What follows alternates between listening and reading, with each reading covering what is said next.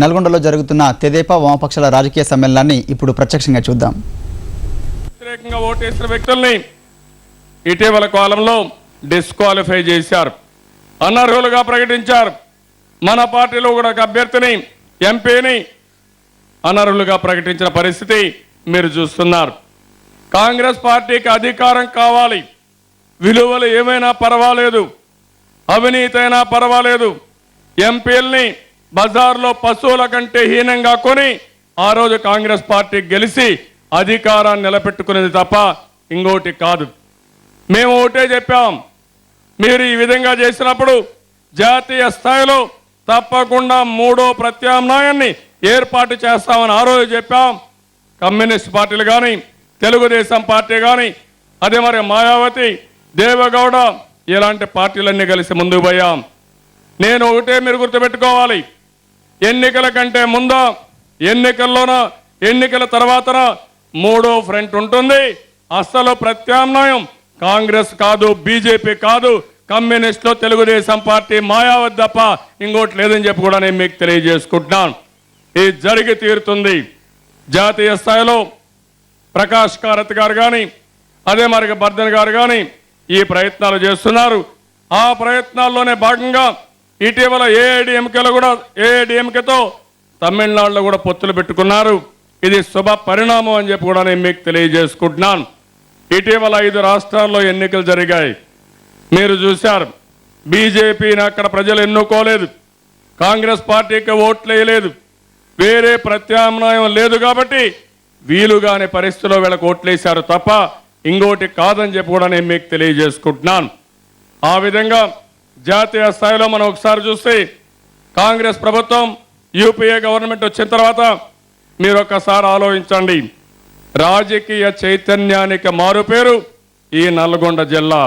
నల్గొండ జిల్లా ఎప్పుడు ఏ పార్టీకి ఓటేస్తే ఆ పార్టీ అధికారంలోకి వస్తుంది తప్ప ఇంకోటి కాదు, ఇది వాస్తవం.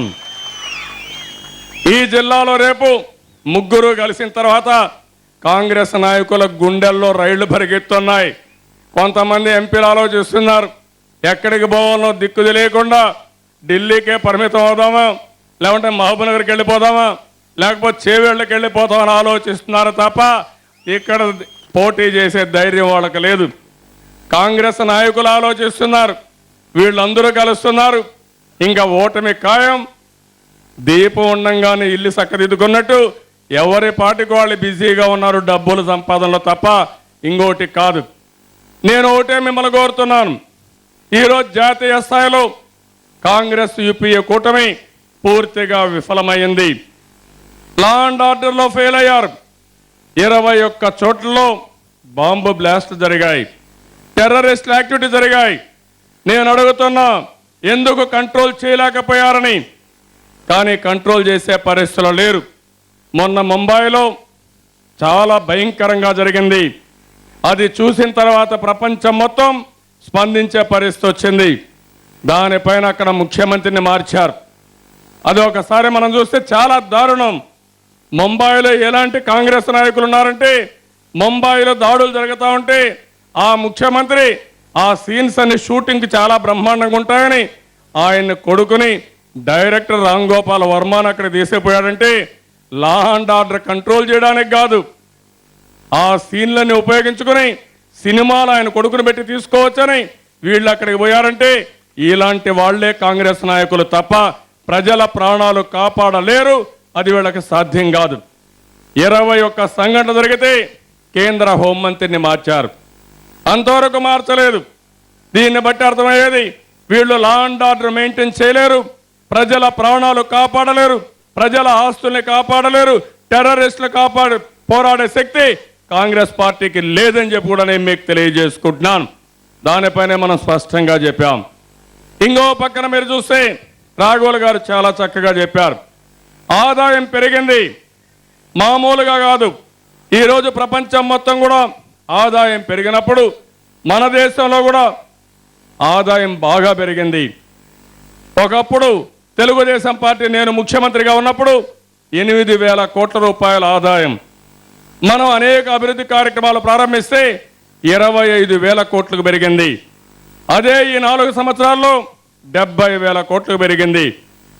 నేను అడుగుతున్న ఈ నల్గొండ జిల్లాలో ఎక్కడన్నా అభివృద్ధి కార్యక్రమాలు జరిగాయంటే స్కూల్ బిల్డింగ్ కట్టినా, వాటర్ స్కీమ్ పెట్టినా, అదే మరి సబ్ స్టేషన్ పెట్టినా, ఇంకో పక్కన రోడ్లు వేసినా తెలుగుదేశం పార్టీలో హయాంలో వేసిన రోడ్లు తప్ప ఈ 4.5 సంవత్సరాల్లో ఎక్కడా ఏమీ వేయలేదు.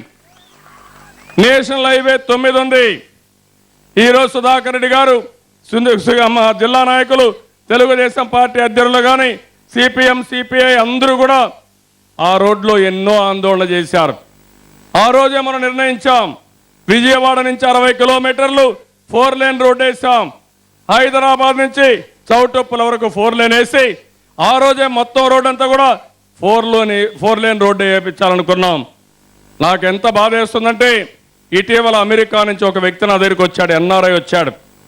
ఆయన భార్యని విజయవాడకు పోయి విజయవాడ నుంచి రోడ్లో వచ్చింది. వస్తే ఆవిడ గర్భవతి, 4 నెలలు 5 నెలలు. ఆయన చెప్పిన కథ చూస్తే నాకు చాలా బాధ వేసింది. 5 నెలలు గర్భవతి, మా మిస్సెస్ అయితే ఆ రోడ్లో వచ్చింది.